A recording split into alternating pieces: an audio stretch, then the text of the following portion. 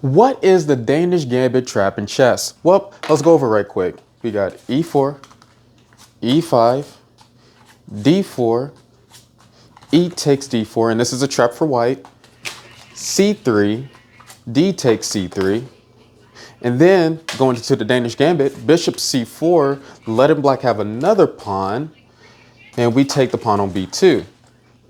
All right, so what is a common trap? Well, bishop b4, black is still winning by like 1 point. Knight c3, knight f6. Then after knight f6, we do knight e2. If black gets too greedy, now white is up like 3 points right now. And so after knight e4, castle kingside, takes, and if black takes again on c3, then this is a losing position for black.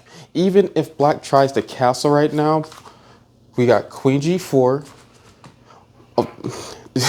The only way to defend that checkmate on g7 is going to g6, queen d4. Now we're taking control of the diagonal, and we cannot stop the diagonal mate on g7 or h8. Even if they go rook e8, we got checkmate. And that is the Danish Gambit trap.